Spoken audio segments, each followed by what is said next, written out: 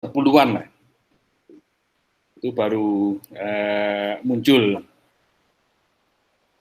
kembali gitu. Jadi yang saya ambil sekarang ya mungkin baru kulitnya, tapi ya monggo kita berdiskusi bagaimana ini bisa kita manfaatkan bersama. Karena teknologi kalau tidak kita manfaatkan ya useless kan ya. Ini kelihatan ya presentasinya gitu. Aman Pak, kelihatan Pak. Aman ya, oke. Oke, pengenalan big data. Jadi yang kita bicarakan nanti ya pengenalan big data itu sendiri.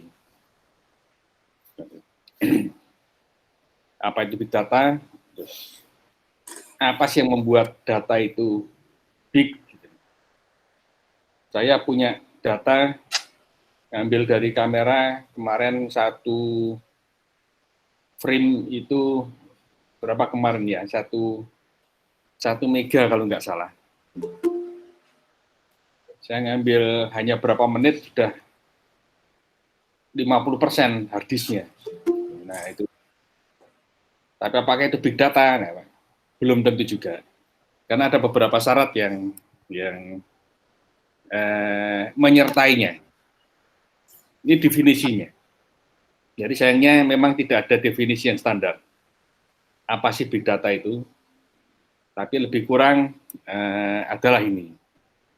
Jadi big data adalah data yang skala, keragaman, dan kompleksitasnya itu memerlukan arsitektur, teknik, algoritma, dan analitik yang baru. Jadi tidak seperti data sekarang, data-data yang kita miliki dulu. Terus untuk mengelola dan mengekstrak nilai dan pengetahuan yang ada di dalam data tersebut, itu juga memerlukan kebaruan, baik arsitektur, teknik, algoritma, maupun cara analisanya, analitiknya.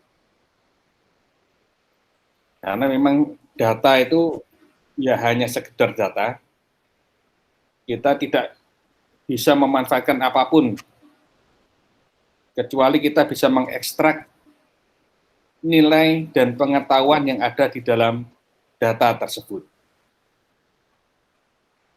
Nah, itu konsep dasarnya kan memang seperti itu.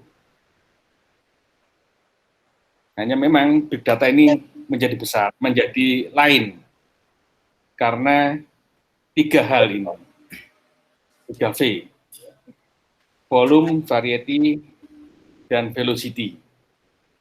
Dan akhir-akhir ini ditambah menjadi 4V, yaitu veracity. Volume ya pasti karena namanya big data, datanya besar. Nanti kita lihat seberapa gede sih data big data di dunia ini. Kemudian variety-nya, kompleksitas datanya, varietasnya apa saja sih data itu. Dan yang penting sebenarnya adalah velocity ini. Seberapa cepat umur informasi yang ada di dalam data itu. Dan akhir-akhir ini kemudian ditambah ini, veracity, tentang kebenaran atau penelitian informasi yang dihasilkan ketika kita mengekstrak data tersebut. Itu juga perlu perhatian.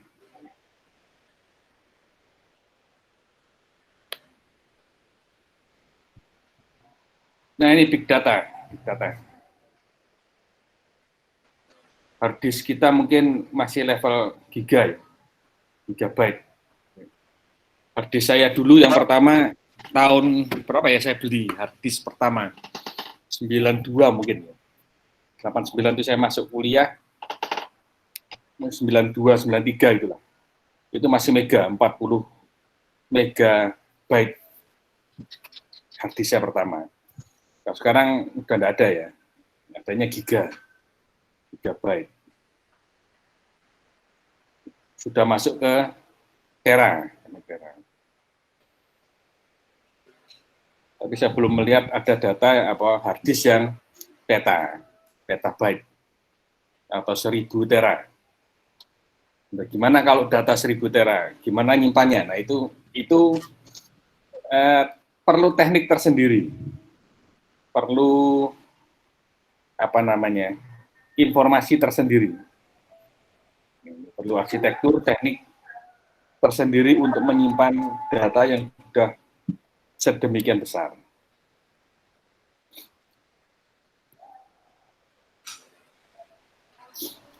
Data dari mana? Ya dari semua ini ya. Kita sadar atau tidak sadar, kita setiap detik selalu memberikan data baru ke internet. Minimal tentang keberadaan kita melalui GPS-nya handphone, itu minimal.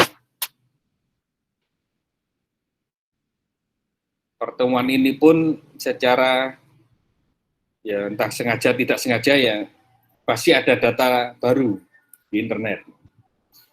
Kalau direcord di video, nah, sudah ada berapa mega di situ. Nah, semua itu membangkitkan data. Nah, itulah kemudian kita mengenal big data ini. Adanya transaksi, interaksi, dan observasi.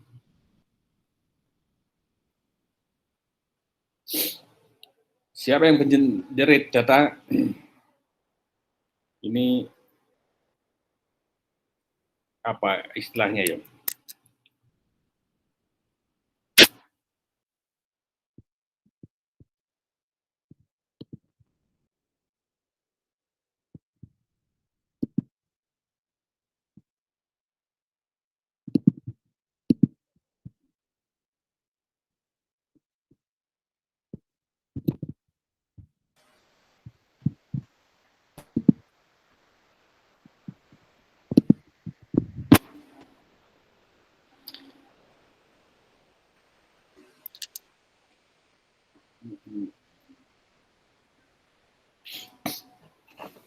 Oke, model penghasil dan pengonsumsi data itu sudah jauh berubah ya dari zaman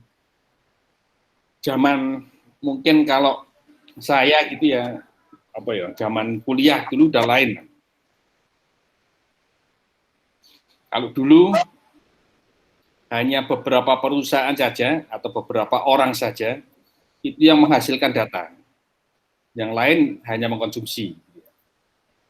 Saya dulu kalau pagi ya menunggu Jawa Pos, sore menunggu Surabaya Pos. Kalau sekarang tidak, kita semua itu menghasilkan data dan kita semua mengkonsumsi data tersebut. Generasi data ini, generating data ini, itulah yang menyebabkan ledakan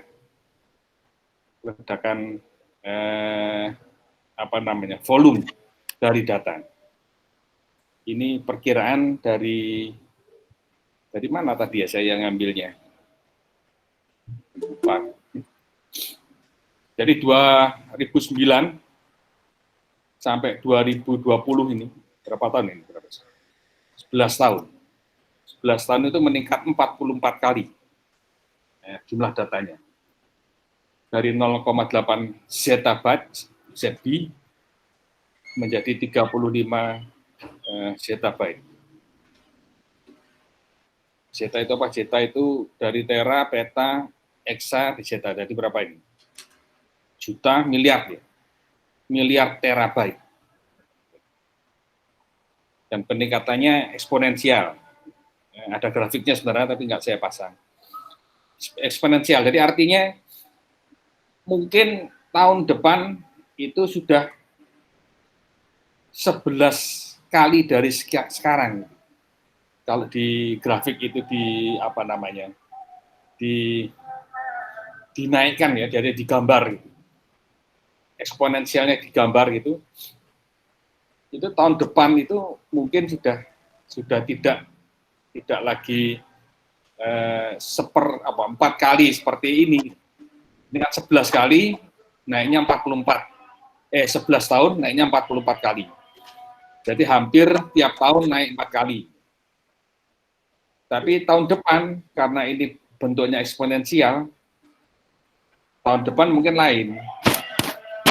Tahun depan mungkin tidak lagi 4 kali, bisa 10 kali. Jadi itu dari grafiknya bisa kelihatan.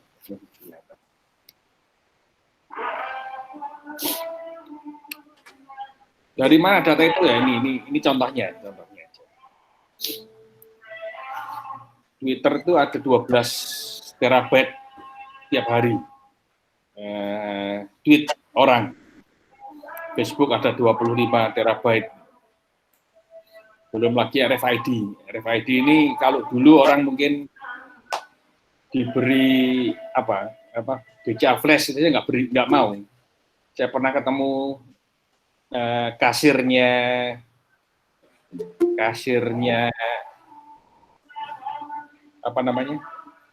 Indomaret. Dulu kata dia, dulu itu orang diberi e-money itu nggak mau, Pak. Tapi sekarang malah beli, gara-garanya ke tol itu harus pakai e-money. Jadi mungkin sudah nggak sekian ini, sudah naiknya sudah sangat besar. Belum lagi perangkat-perangkat IoT yang lain. Nah, itulah yang mengenerate datanya. Mau tidak mau data digital pasti akan naik. Jenisnya juga bertambah. Kalau zaman saya mungkin hanya teks gitu ya, relational data.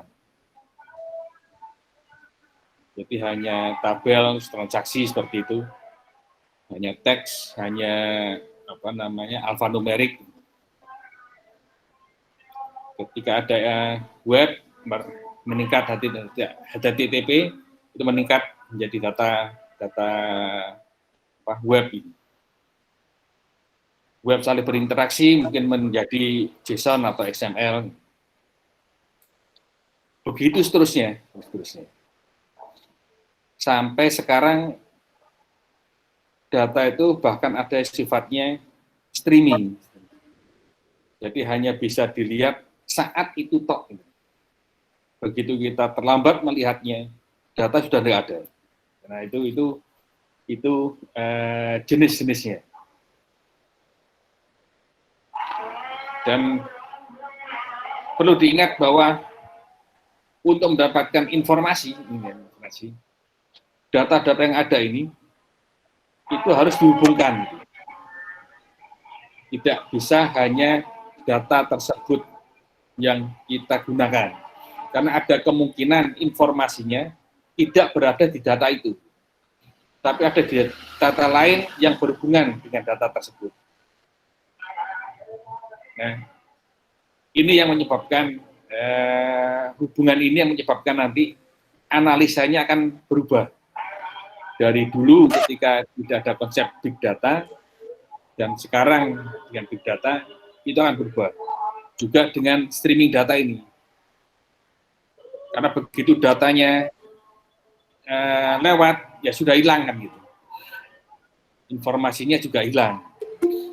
Karena itu analitik online itu sudah menjadi kenyataan.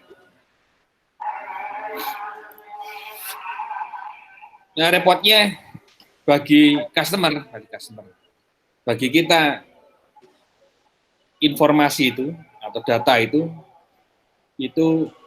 single view. Jadi kita punya banyak sebelumnya tadi. Ini salah. Sebentar. Nah, data. Nah, jadi data-data yang ada ini, data-data yang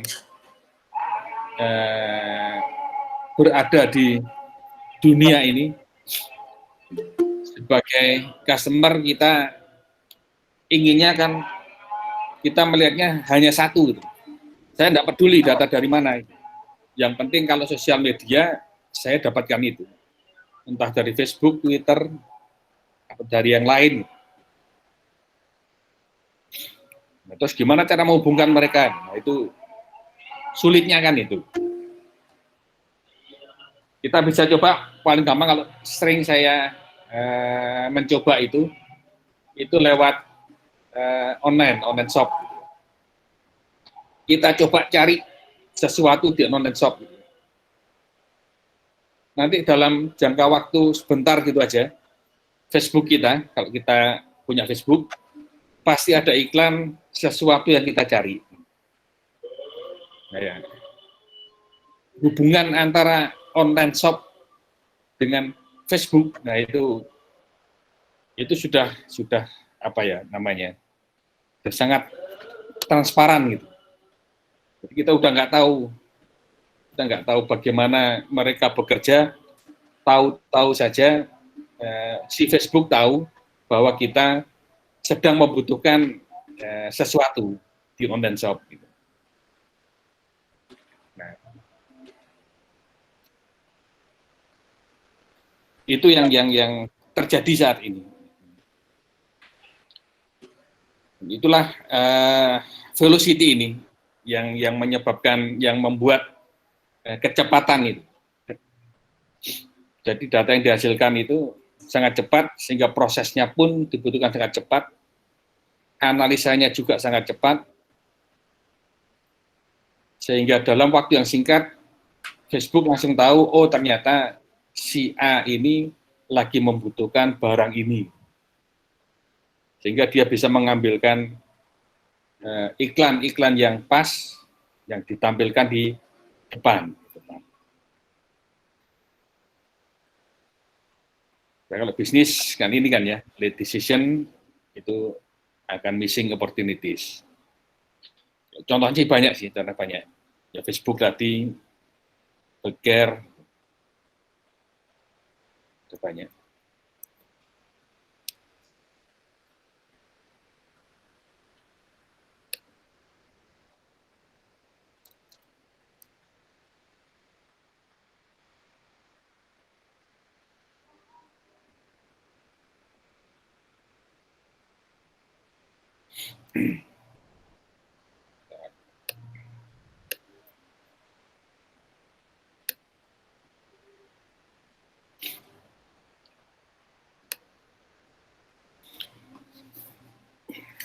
Nah, bagaimana sih kita memanfaatkan big data ini? Ini kalau ini cerita tentang apa namanya, perkembangan data gitu ya. Awal-awal itu kan kita taunya database baik hierarki maupun relasional. Kalau saya masuk itu masih di relasional, langsung di relasional. Hierarki saya nggak pernah pakai. Ya, kita gunakan online transaction biasa.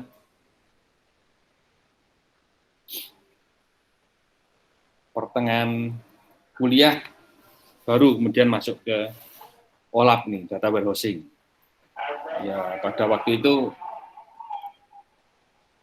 apa namanya, teman-teman saya itu ya biasa lah menawarkan komputerisasi itu mainan zaman dulu. Sekarang sudah apa namanya, outdated, sudah expired gitu. Yang sekarang perlu kita perjelas adalah ini, stream computing.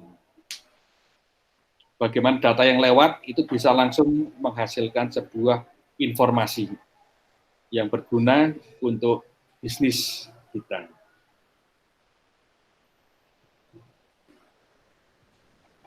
itu pertarungannya nanti di situ.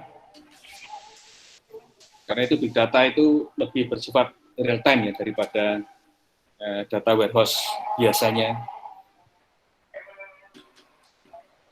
Karena data warehouse itu prosesnya tidak seketika itu. Jadi dia sudah tidak bisa lagi mengakomodasi kebutuhan dari konsep big data saat ini.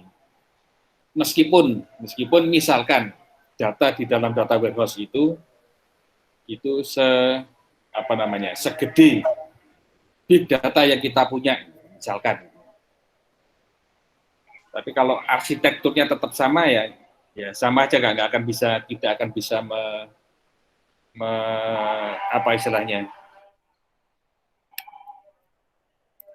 bisa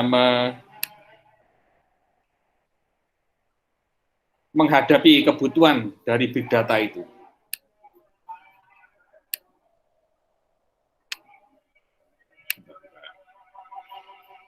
Ini apa kemarin? Slide-nya mati, Pak Nur. Iya, makanya. Masih dulu. Oke.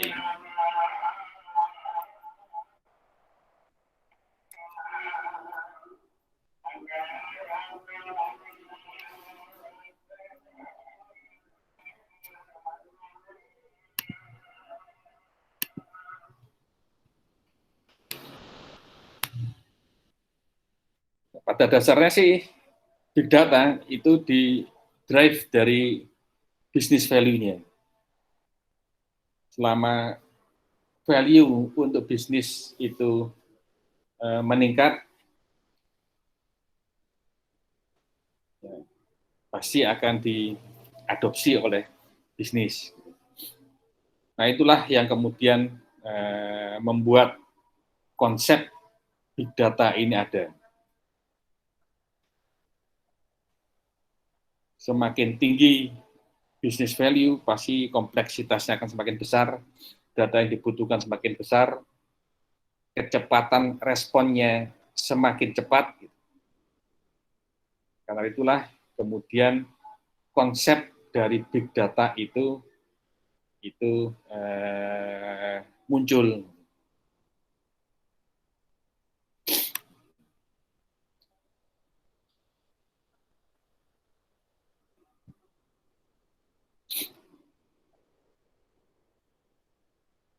Big data sendiri itu sebenarnya tidak berdiri satu ya. Kalau biasanya kalau kita ingin memulai belajar big data, biasanya sih kita akan dimulai dari Hadoop ini, install Hadoop-nya gimana gitu. Sebenarnya ini hanya hanya dasarnya saja sih. Hadoop itu hanya satu jalan untuk menuju big data. Yang lain masih banyak. Kita masih perlu banyak hal untuk big data. Yang penting sebenarnya itu adalah objektif dari big data itu apa. Nah, itu yang perlu kita definisikan. Kalau di IT saya sering mengatakan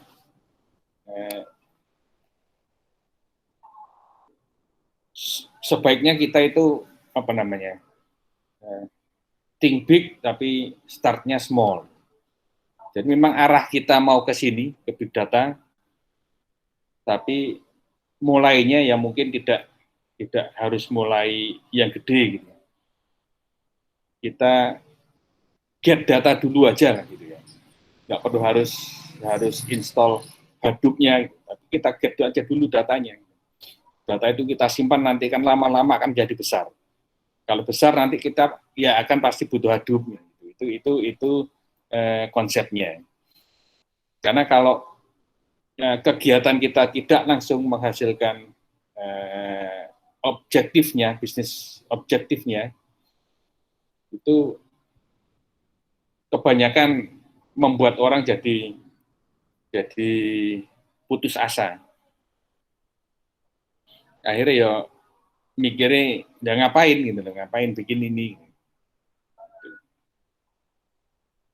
Nah itu eh, apa namanya, konsep saya sih seperti itu. Tidak harus kita mulai dari yang besar, tapi kita bisa mulai dari kecil dulu.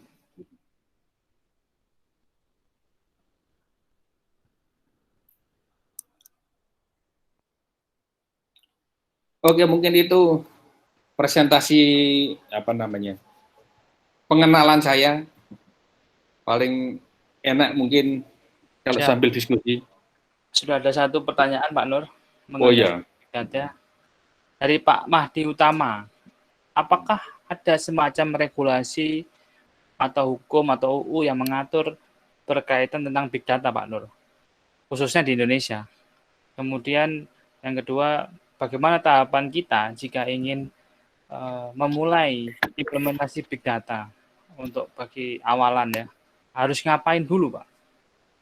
Apakah langsung seperti tadi install Hadoop langsung? Apakah seperti itu? yeah.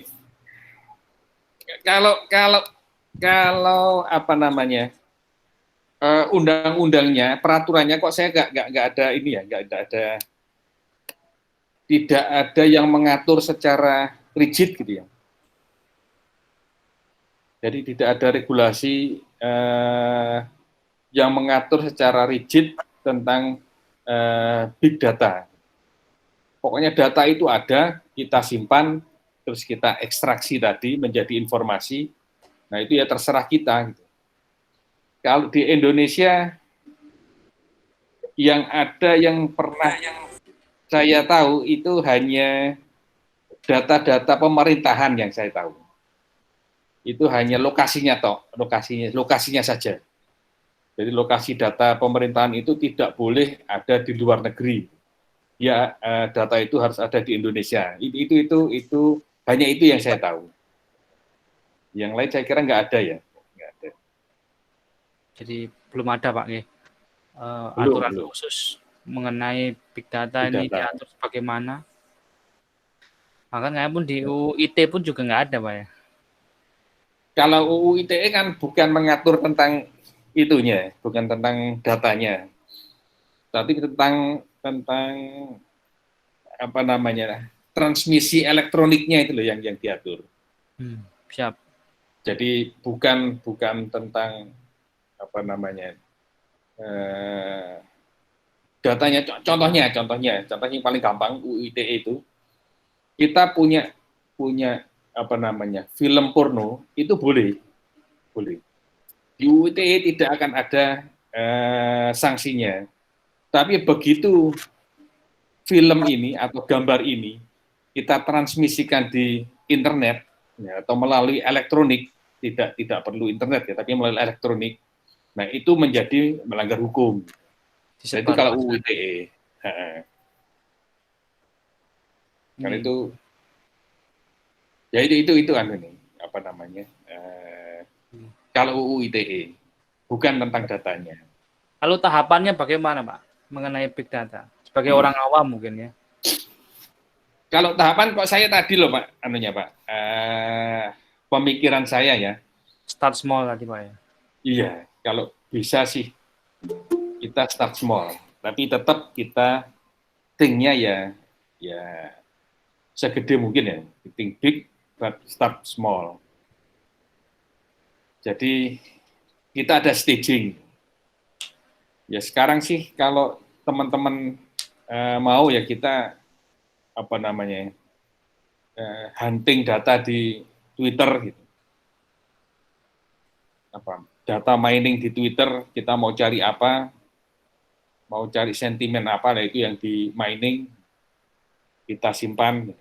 Nah, nanti kita hubungkan dengan sesuatu.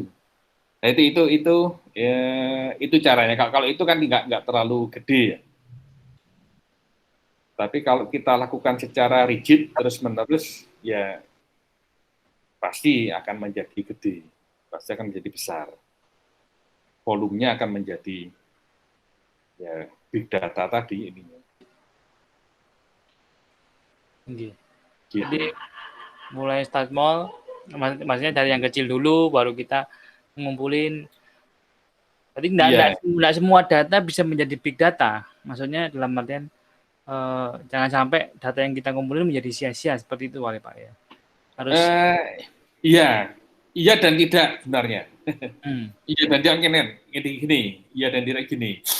Eh, iya mungkin kalau kita sudah spesifik gitu ya, kita mau cari data apa gitu. Tapi mungkin semua data itu suatu ketika akan berbicara sesuatu. Mungkin kita kan tidak tahu juga. Begitu nanti kita hubung-hubungkan, ternyata data yang dulu kita simpan ternyata berbicara sesuatu tentang kemungkinan hari ini. Itu memungkinkan. Tapi kalau kita mulainya dari yang besar, nah itu yang menjadi masalah biasanya adalah apa namanya keputusasaan dari pemiliknya sendiri. Gitu. Itu biasanya begitu. siap.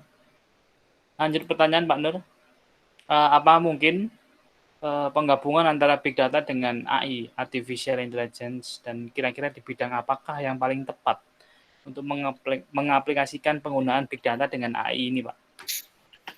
Oh, kalau sekarang sudah pasti ya, big data dengan AI itu sudah ada apa namanya benang merahnya. Tapi AI-nya mungkin AI kalau kita mengenal AI apa jenenge dulu ada DSS, ada ya AI dulu itu ya. Kalau sekarang AI-nya mungkin lebih simpel seperti machine learning itu sebenarnya simpel. Tapi itu bagian dari artificial intelligence. Nah, yang terjadi sekarang itu seperti itu. Jadi yang simpel-simpel itu kemudian dihubungkan dengan data-data yang ada, akan menghasilkan sebuah informasi. Oh, kira-kira akan terjadi sesuatu. Itu ada ininya, ada ilmunya. Mungkin suatu ketika perlu ngundang dosen yang seperti itu, ya. Siap, Pak. Siap. Itu menarik itu sebenarnya. Itu sangat menarik. Jadi kita bisa tahu, bisa memperkirakan dari data-data yang ada, itu bisa memperkirakan kira-kira itu akan terjadi sesuatu apa. Itu hal yang sekarang itu yang biasa terjadi. Oke. Kemudian lanjut pertanyaan lagi, Pak Nur. Bagaimana cara sederhana untuk melindungi data kita, khususnya data pribadi kita di luar sana, mungkin di internet maksudnya ya. Kemudian mengingat kita sering teledor, kita ya ditanya tentang data kita di suatu situs tertentu. Bagaimana, Pak? Nah, gimana ya? Bagaimana melindungi data kita? Yang paling gampang kan memang kita tidak mengumbar data, itu yang paling gampang.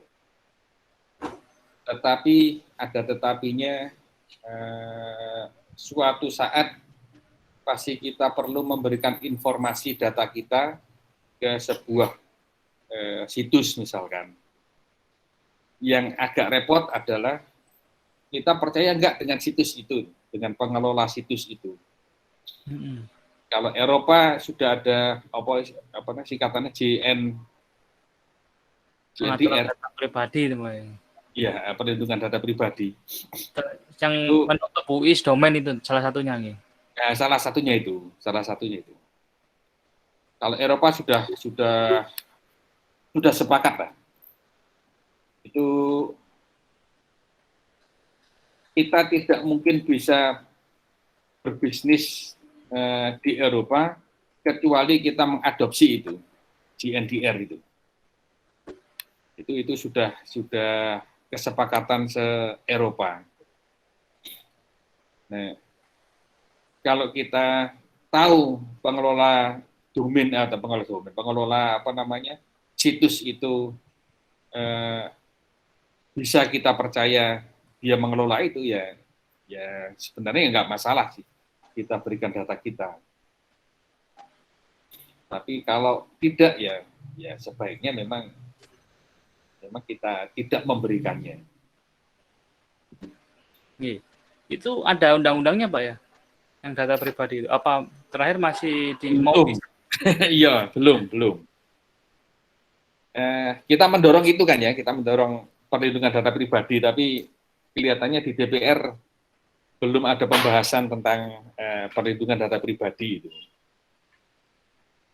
Ya semoga aja tahun depan bisa masuk ke apa namanya rencana pembahasan undang-undang. Siap. Cuma itu juga susah loh, apa namanya? Susahnya bagaimana maksudnya Pak? Susahnya ya bagi kita sebagai pengelola situs, karena begitu kita kedapatan informasi kita bocor, ya pasti ada hukumannya. Itu ya biasalah itu undang-undang kan dua mata pisau dengan dua mata yang berbeda gitu. Jadi bisa melindungi kita, tapi sekaligus juga bisa mengancam kita. Gitu. Itu biasa. Tapi memang sebaiknya kita punya itu, karena kita nggak punya memang. Nggak punya. Jadi misalkan ada website yang menerima register akun gitu Pak ya? Iya. Menjadi harus berhati-hati ya. Ketika bocor, kalau sampai bocor akan bisa. dituntut. Iya. Begitu saya bisa membuktikan bahwa bocornya dari sana, kita bisa menuntut. Kalau saya biasanya karena saya punya domain pribadi, saya akali gitu kan. Jadi email-email yang saya daftarkan itu adalah spesifik untuk layanan tertentu. Contohnya saya punya layanan, ya saya sebut aja Telkomsel gitu. Saya bikin aja Telkomsel @nurasam my ID. Saya isikan di situ.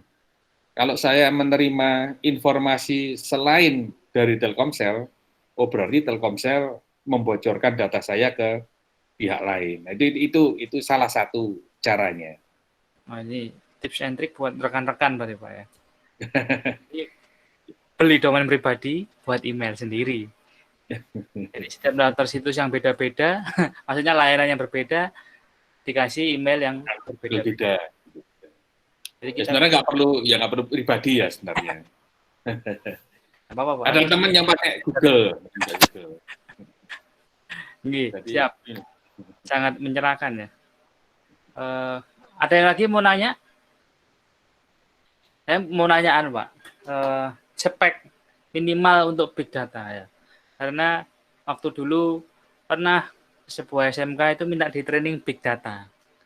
Tapi ternyata waktu itu cuman main-main install Hadoop untuk dasar-dasar spek Core i3 4 GB itu kurang. Dan itu terasa sangat lemot sekali. Seperti itu. Mungkin ada saran Pak, sebaiknya bagaimana? Kalau aku kok gini loh. Saya setuju, saya sempat diskusi dengan Pak Aryo.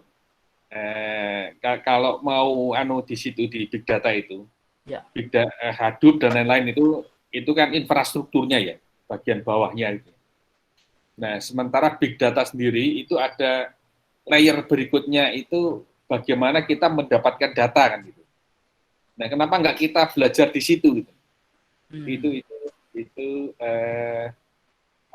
salah satu pemikirannya. Kalau mau belajar infrastrukturnya ya memang kita harus siap dengan spek yang tinggi-tinggi maksudnya kan seperti itu. Ya, betul. Malah kalau memungkinkan jangan satu komputer, misalnya satu komputer, satu hard disk, kan ya percuma tidak bisa tahu gimana sih Hadoop itu bisa menggandeng hard disk Mengklaster 1 TB klaster. ya menjadi 2 TB gitu. Atau Nggih. hard disk 1 TB digandeng dari situ menjadi 10 TB. Nah, itu. Kalau kita cuma satu komputer kan ya nggak bisa. Siap. Ada pertanyaan lagi? Berarti apa bisa dikatakan data kita bocor pada saat di Gmail, Pak? Kuncinya tadi ya tadi trust ya. Percaya nggak sama Gmail ya kan? Ya, intinya sih itu, intinya itu. Ya. Kalau Intinya saat ini kita saya percaya, Pak. Butuh ya, Pak. Ya. lagi Ya, udah lama ya. untungnya sampai saat ini saya sih belum menemukan karena sering browsing, Pak ya. Kan ada satu channel khusus itu yang memberikan info biasanya vulnerability ya. Mobility ya. OS, vendor hardware dan lain-lain. Nah, saat ini saya belum pernah menemukan yang sampai fatal. Kalau kemarin yang fatal itu YouTube-nya down. Nah, itu fatal. Protes. Adik di rumah protes, nggak bisa buka YouTube. Nah, tapi sampai saat ini sih ya balik lagi ke masing-masing nggak ya, Mas Muajir. Kita trust nggak sama Google, gitu kan? Begitu ketahuan satu kali breach atau bocor ya, ya boleh nggak pakai. Contohnya Bukalapak, Tokopedia sudah pernah, tapi nyatanya ya tetap ramai. Gitu. Paling kita diingetin, ayo ganti password. Seperti itu Pak Nur. Ya, ya itu nih, apa namanya?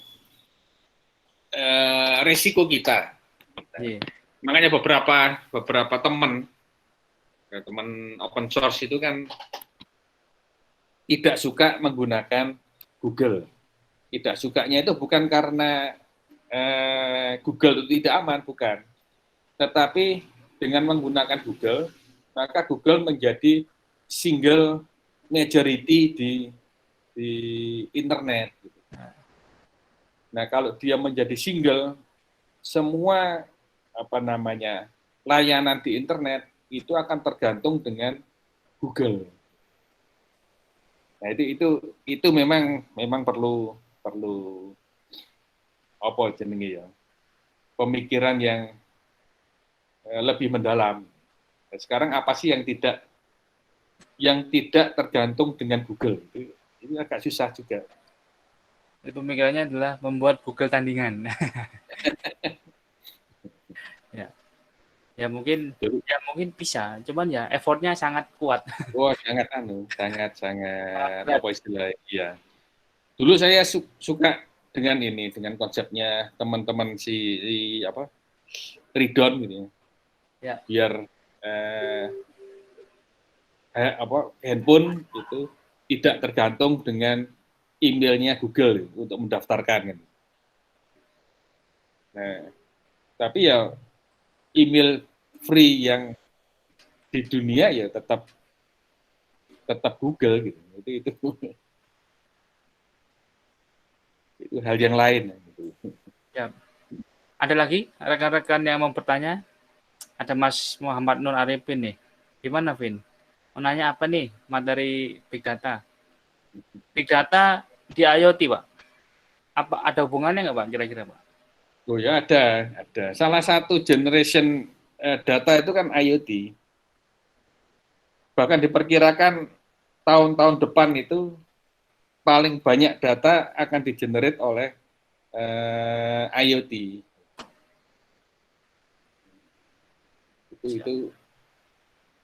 Itu kenyataannya nanti seperti itu. Gih. Ada Pak Liputu dari KPLI Bali. Mungkin ada pertanyaan terkait Big Data.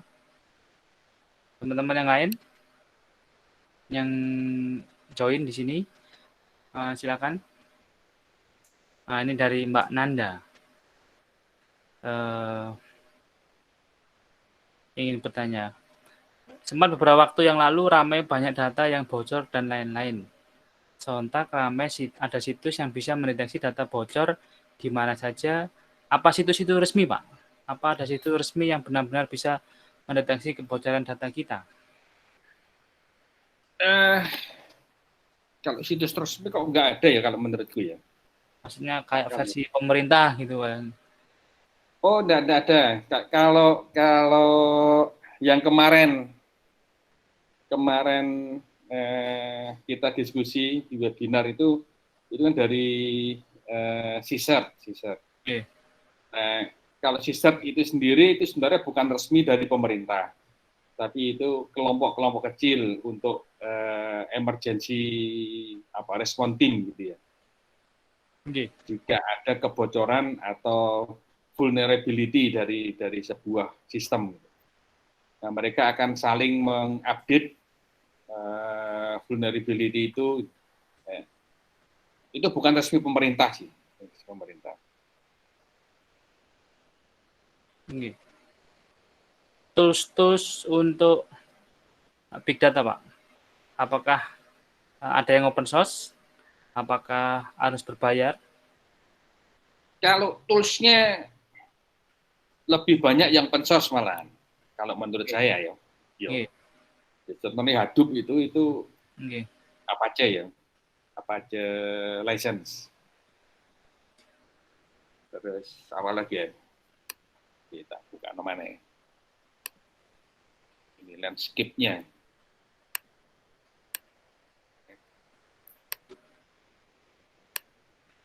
Wah, ini ada dari Humas Ertik, Pak, Mas Muhajir. Mau izin kunjungan offline ke kantor. Woi, siap, Mas.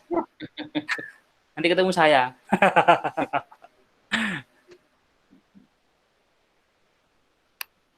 Jadi teman-teman yang mau nanya tentang big data atau mungkin ada angan-angan kalau dibuat skripsi boleh, Pak ya? Oh, sangat boleh, sangat boleh. Kira-kira Kita masih kekurangan banyak ya. ahli-ahli itu. Ini contohnya. Ini landscape-nya big data. Sementara ini yang kita anggap sebagai big data itu adalah yang bawah ini. Oke, selamat malam Pak Novi, Gus Novi, Ketua. Ada Gus Novi. Oke. Iya, tak tinggal sebentar ya. Nah, mungkin mau memberikan sambutan Gus Novi.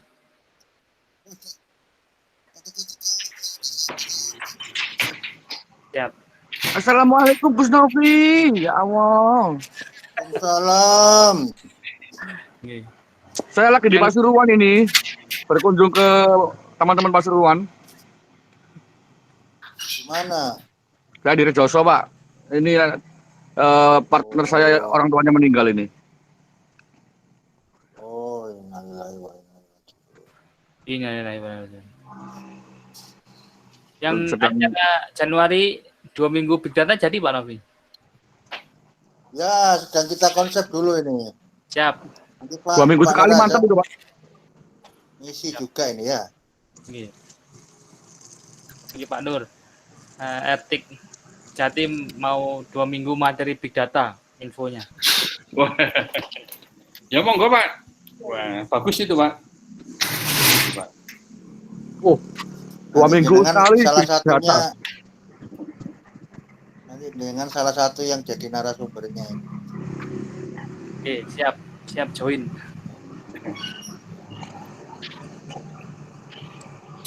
Tapi ya itu Pak, kalau usul saya Pak, kalau selama ini teman-teman itu terkungkung big data itu hanya pada infrastrukturnya aja Pak. Itu yang banyak saya lihat. Sementara yang atasnya ini malah tidak tersentuh gitu. Nah, kalau usul saya kalau infrastrukturnya memang kita harus memiliki perangkat yang gede gitu ya. Kenapa enggak kita mulai dari yang atas dulu gitu. Aplikasinya misalkan, gimana caranya data mining di Twitter atau data mining di Facebook. Nah, itu yang menjadi yang nanti akan mendukung big data secara keseluruhan. Oh, ya nanti saya tak bakal sowan ke jenengan diskusi Ya, rancang kan Jatim kan dewan pakarnya salah satunya jenengan. oh, sowan barang. Tuh, lang gitu. Junior kan sowan sing teng senior to niki. Ada pertanyaan lagi Pak Nur. Apakah machine learning harus menggunakan big data? Oh, enggak Bagaimana juga. yang Ya, baru-baru berkembang? ya. Tidak juga. Jadi tidak harus machine learning itu menggunakan big data. Begitu juga big data tidak harus menggunakan machine learning. Ya. Machine learning dan big data ini kan dua hal yang terpisah. Machine learning itu salah satu cara analitiknya. Itu analitik data untuk menghasilkan sesuatu. Nah, datanya dari mana ya? Ya bisa dari mana saja. Kalau contoh teman itu kan data analitik dari sentimen dari komen-komen yang ada di Twitter itu dicarikan terus dibuat kira-kira itu pendukung si ini sekian. Jadi itu bisa juga seperti itu. Jadi tidak harus big data.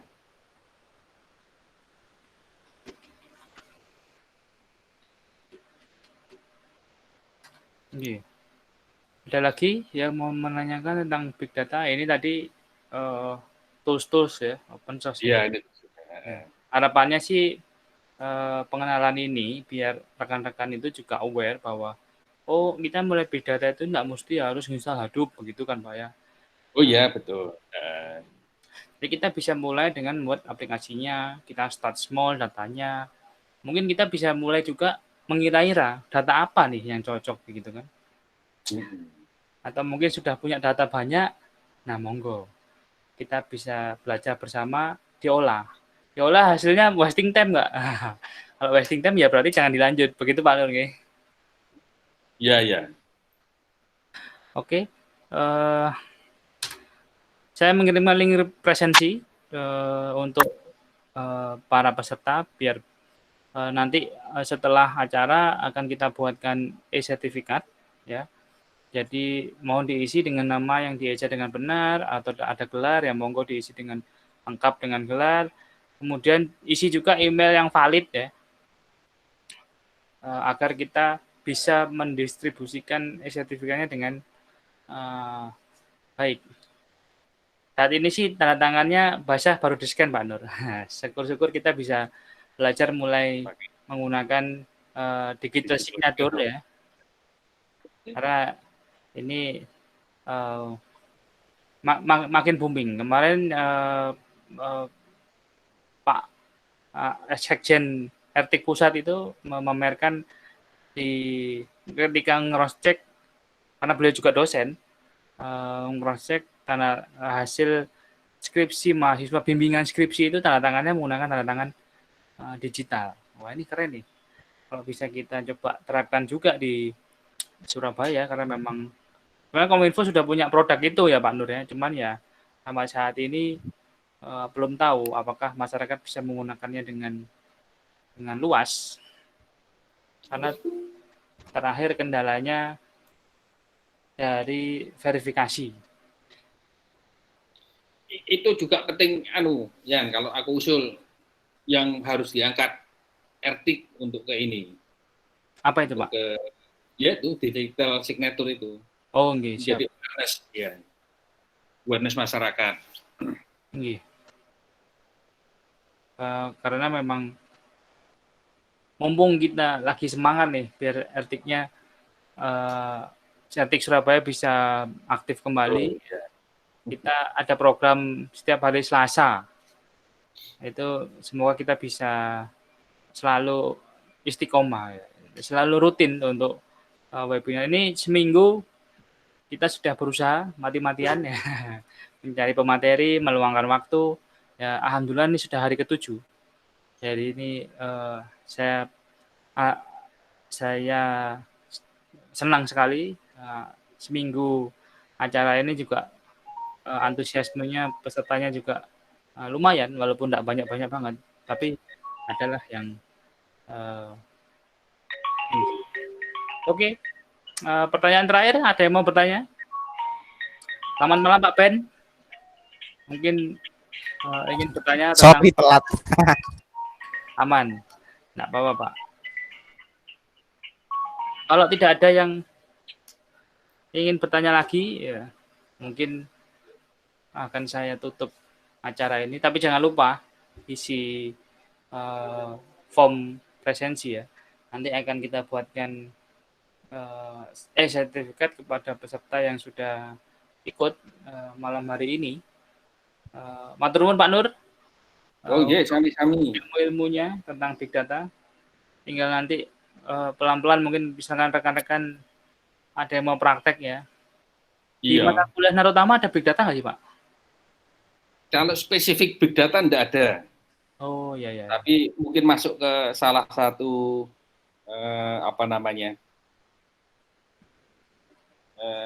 mata kuliah yang lain mungkin. Iya. Kalau Pak Aryo kan terakhir Pak Aryo diskusi dengan saya butuh VPS untuk data mining. Nah ini yang yaitu data mining ini sebenarnya masuk big data nggak sih Pak?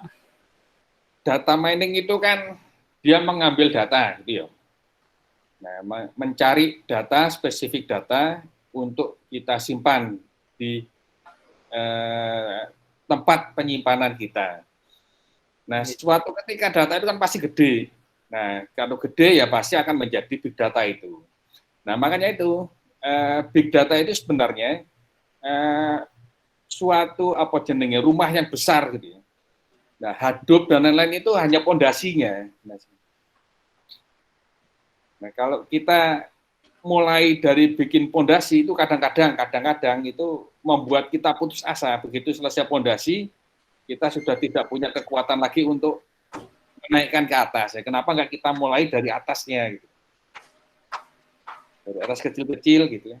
Terus kita sampai nanti memang perlu data yang sudah terabyte, nah itu. Lalu kita bikin cluster-clusternya begitu Pak ya. Siap Pak Nur, terima kasih sekali. Materi ini akan kita upload ulang di YouTube channel Etik Surabaya. Jadi jangan lupa untuk follow. Kalau YouTube itu subscribe ya. Subscribe and like. Dan aktifkan tombol centang. Biasanya setiap hari Selasa setelah acara akan kita upload ke channel YouTube. Di bulan Januari kita akan ada acara seperti ini. Kalau ini kan awalan ini langsung kita buat seminggu, memang biar masyarakat aware ada Etik Surabaya juga lagi booming nih, lagi bersemangat bikin acara untuk masyarakat. Di bulan berikutnya kita akan setiap hari Selasa, jadi seminggu sekali. Semoga pematerinya keren-keren, karena nggak hanya teknis saja, kita akan ngomong tentang digital marketing, ya personal branding, anything about TIK ya. Apapun itu tentang TIK yang bisa agar masyarakat juga karena pandemi ini TIK menjadi wajib ya, mau nggak mau harus wajib seperti itu. Nah, aku lupa penelitiannya siapa ya, saya lupa penelitiannya siapa. Itu menyebutkan bahwa pandemi ini mengakibatkan 7 tahun. Jadi percepatan IT itu 7 tahun, iya. Jadi contohnya satu perusahaan yang merencanakan 7 tahun ke depan mau apa, itu ditarik oleh perusahaan itu saat ini. Karena efek pandemi ini. Makanya itu kita banyak yang tidak siap kan gitu. Ya, makanya dari itu karena memang kalau pemerintah sendirian aja memang nggak siap ya Pak. Makanya perlu dibantu berbagai elemen ya. Salah satunya relawan TIK selaku komunitas IT di Surabaya juga banyak komunitas ya, ada kelas juga ya, saya juga gabung di kelas. Kemudian juga ada kampus-kampus IT yang mahasiswanya jika dikerahkan juga bagus untuk penelitian juga ya. Bahkan dosen-dosennya juga dapat insight baru untuk penelitian ya Pak Nur ya tentang IT di masa pandemi ini. Seperti itu. Oke. Terima kasih Pak Nur sudah meluangkan waktu untuk memberikan materi malam ini. Nanti relawan TIK Surabaya mau kunjungan ke kantor. Siap. Ya, mungkin kita sinergi juga dengan kampus ya, kampus-kampus yang lain yang ingin join ya, UPN, Harutama, PENS, sekitaran Surabaya yang ada channel dengan kita membahas apapun itu tentang TIK untuk masyarakat, monggo. Atau teman-teman ada yang butuh materi, Mas saya pengen materi tentang sesuatu nih, ya silakan kontak-kontak saya atau bisa cek di website Ertik Surabaya. Jika bingung mau kontak kemana, silakan request materi. Nanti akan kita siapkan. Oke, terima kasih semuanya rekan-rekan yang sudah hadir malam ini. Saya tutup acara hari ini. Seminggu bersama Etik sudah terlaksana dengan baik, terlaksana dengan lancar. Matur nuwun. Terima kasih Gus Nopi, matur nuwun bimbingannya Mas Muhajir. Semangat menemani saya ya. Ya. Saya tutup acaranya. Wassalamualaikum warahmatullahi wabarakatuh.